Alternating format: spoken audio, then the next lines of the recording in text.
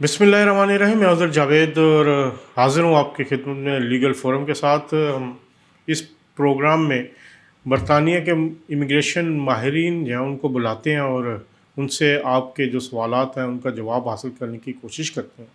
इसी सिलसिले में एक सबसे बड़ी इंक्वायरी आजकल आ रही है कि जो स्पाउस वीज़ा है उसकी कंडीशंस क्या हैं, क्या जो डिफरेंट रूल्स हैं चेंज होते हैं उन पे इम्पेक्ट होता है या नहीं। तो आज तफसीली बातचीत के लिए इस पे हमने मदऊ किया है अंसर महमूद चौधरी साहब को, जो कि ये लीगल एक्सपर्ट है इमिग्रेशन के कवानीन के हवाले से भी। उनसे बात करते हैं। बहुत शुक्रिया अंसर साहब आपका। थैंक यू जी अदर जावेद साहब।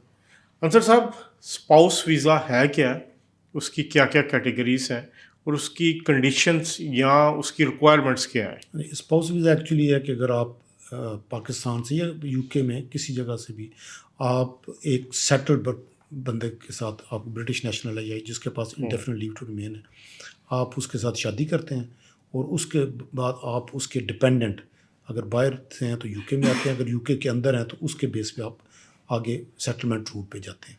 तो ये इसको स्पाउस वीज़ा कहते हैं। दूसरी बात ये है कि इसकी जो रिक्वायरमेंट क्या है कि आप अगर पाकिस्तान से आ रहे हैं, पाकिस्तान इज़ कॉमनवेल्थ कंट्री, आप उधर शादी करते हैं तो कोई शादी वहाँ की सेरेमनी इधर एक्सेप्टेबल है।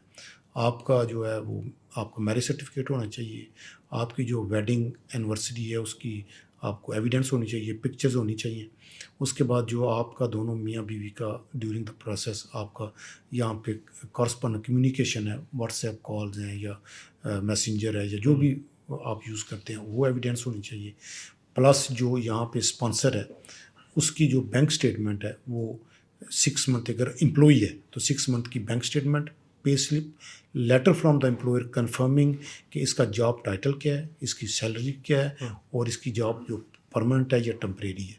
वो आपका घर जो है उसके सफिशेंट अकोमोडेशन आपने प्रोवाइड करनी है। आइडियली कि उसके साथ इंस्पेक्शन रिपोर्ट लगाएं, जिस एरिया में आप रहते हैं वहाँ से जो लोकल कोई स्टेट एजेंट है वहाँ से सर्वे रिपोर्ट बना लें।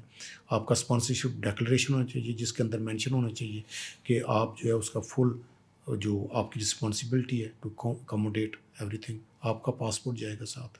वहाँ से जो एप्लीकेंट है उसका जो English language basic test A1 test वो होगा, टीबी टेस्ट होगा, मैरिज सर्टिफिकेट होगा साथ, और ये सारी चीज़ें आपने एप्लीकेशन के साथ सबमिट करनी है। Let's say as per the current rule mostly लोग जब हमें कॉलिंग करते हैं उसका में उनका कन्फ्यूजन ये होता है कि जी मैं अभी मेरी सैलरी फ़र्ज़ करो हमारी 29,000 सैलरी तो वो इस पे मैं आता हूँ। नहीं, इस वक्त मुझे पहले बताएं कि जी कितनी रिक्वायरमेंट है इसकी सैलरी की या आपकी इनकम की, जिसके बाद आपका स्पाउस वीज़ा जी 29,000 है। 29,000 पर 29 ईयर। पर ईयर ये होनी चाहिए। और आपको जो डॉक्यूमेंट रिक्वायर्ड हैं, अगर आप एम्प्लॉई हैं तो 6 मंथ की pay slip, bank statement letter, और अगर आप सेल्फ एम्प्लॉयड हैं तो 1 साल के आपके जो बैंक स्टेटमेंट प्लस आपके जो है सेल्फ असेसमेंट जो अकाउंट्स हैं वो होने चाहिए। अगर शादी यहाँ पे हुई है, जो स्पाउस है अगर उसकी भी इनकम है तो क्या वो हाँ फिर वो दोनों पे दोनों की इकट्ठी हो जॉइंट सकती है। उस पे हो सकती है जी। सपोज जो पार्टनर है हाँ उसकी। उसकी भी और दोनों की मिला अच्छा, ये बड़ी इंपॉर्टेंट बात है कि हाँ दोनों मिला के उसको कर कर सकते हैं। सकते हैं। और अगर कोई पाकिस्तान में है या इंडिया में है तो क्या उसकी भी काउंट नो होगी। नो आउट ऑफ यूके जो है वो नहीं काउंट वो नहीं होगी। एक्सेप्टेबल नहीं। चलो, तो ये एक इम्पॉर्टेंट, तो बहुत सारे लोग जो है ये भी कहते हैं, बल्कि कन्फ्यूजन का शिकार रहते हैं क्योंकि हुकूमत की पॉलिसियों को भी तो को पता नहीं लगता, हर साल ही चेंज होती जी हैं, कि वो जो थ्रेश होल्ड होता है इनकम का, जी क्या वो ये सवाल है कि क्या वो वही रहता है जिस वक्त आपने एप्लीकेशन की है या वो नए रूल्स के साथ वो चेंज हो जाएगा जब एक्सटेंशन होगी। नहीं, जब आपने इनिशियल एप्लीकेशन दी है, लेट्स से कि अभी 29,000 है, तो जो आपकी इनिशियल जब आप फर्दर एक्सटेंशन अप्लाई करेंगे तो आप पे न्यू रूल, अगर वो इंक्रीज़ करते हैं तो आप पे न्यू रूल अप्लाई नहीं होगा। आपकी जो जिस इनिशियल एप्लीकेशन पे 29,000 है तो आपकी फर्दर एक्सटेंशन में भी आपने 29,000 ही प्रूव करनी है अनटिल कि आपका जब तक सेटलमेंट वो नहीं होता, आप पे वो नई सैलरी जो वो अप्लाई नहीं होगी।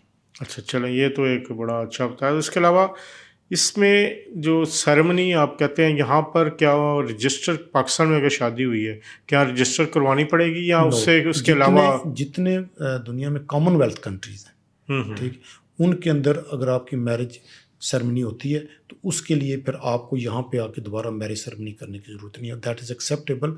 उधर की कि ये यूके में ही है।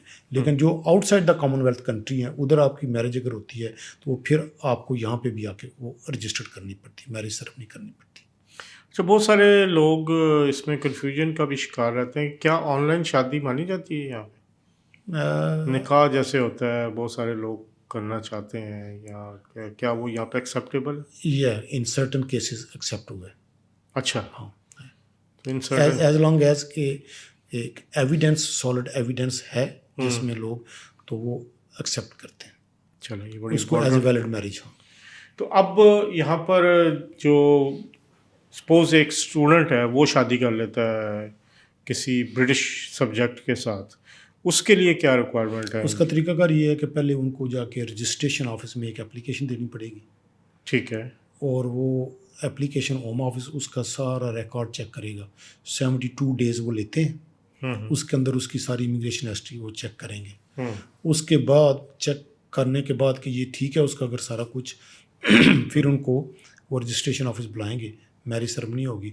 उसके बाद फिर वो अगर उसकी जो वाइफ है या हस्बैंड है वो अगर इनकम थ्रेशोल्ड को पूरा करता है और रेजिडेंशियल रिक्वायरमेंट पूरी करते हैं अकोमोडेशन की, तो उसके बाद वो एप्लीकेशन ये भी सुना ना, सख्ती बहुत हो रही है कि जी शेम मैरिजेस होती हैं, तो इस चक्कर में। हाँ, लेकिन वो इसीलिए उससे पहले वो सारा होम ऑफिस, रजिस्ट्रेशन ऑफिस पहले सारा कुछ चेक करता है। इंटरव्यू के लिए भी बुला सकते हैं? बुला सकते हैं, अगर उनको डाउट हो तो बुलाते हैं इंटरव्यू के लिए। और अगर उसमें कोई शादी के बाद भी होम ऑफिस को कोई डाउट हो तो वो फिर भी दोनों को इंटरव्यू के लिए बुला सकते हैं। पहले रजिस्ट्रेशन ऑफिस वाले बुलाते हैं, दोबारा होम ऑफिस भी बुला सकते हैं। जब आपने एप्लीकेशन करनी है, एक शादी हो गई, वो सर्टिफिकेट मिल गया, हाँ, फिर उसके बाद जब क्या आप प्रोसेस एप्लीकेशन है? जब आप application spouse visa dependent application submit करते हैं तो मैंने सर्टन केसेस देखे हैं कि वो फिर होम ऑफिस बुला लेता है दोनों को उसके लिए कि ये कहीं जो है वो शेम मैरिज तो नहीं है। तो दोनों को बुला के अलग-अलग इंटरव्यू करते हैं, और उसको में इंटरव्यू में अगर उनको कुछ ज़्यादा डिस्क्रपेंसीज या कंट्राडिक्शन हो उनके स्टेटमेंट्स में और सारी चीज़ों में, तो फिर वो उस पर वो ऑब्जेक्शन लगाते हैं। चलो, इसके अलावा कोई और मशवरा देना चाहें? बस मैं यही मशवरा दूंगा कि जो भी हाउस स्टूडेंट है या स्किल्ड वर्कर वीज़ा पे है या दूसरे, वो यहाँ पे अगर आप स्पाउस वीज़ा में स्विच करना चाहते हैं तो आपका ट्रैक रिकॉर्ड वो बिल्कुल ठीक होना चाहिए, ताकि होम ऑफिस जब आपका वेरीफाई करे रजिस्ट्रेशन के दौरान तो उसमें कोई ऐसी इमिग्रेशन कोई ब्रीच ना आए जिसमें वो आपको कई दफ़ा वहाँ से आपको पकड़ भी अरेस्ट भी कर लेते हैं। अच्छा, कि आपने कोई ऐसा किया तो उनको साबित हुआ है या कोई डाउट हुआ है कि आप जो सिर्फ जो है वो मैरिज ऑफ कन्वीनियंट, तो वो आपको पकड़ भी लेते हैं उधर, अरेस्ट भी हो सकता है। इस तरह काम नहीं करना चाहिए। चलो, बहुत शुक्रिया अंसर थैंक साहब। You very much. अंसर साहब ने बड़ा तफसील के साथ हमें स्पाउस वीज़ा, उसकी रिक्वायरमेंट और अप्लाई करने का क्या तरीकाकार है उस हवाले से बताया। आज तक के लिए इतना, इंशाल्लाह अगले प्रोग्राम में एक नए इशूज़ को लेके आएंगे और उस पर बात करेंगे। तब तक के लिए अल्लाह हाफिज़।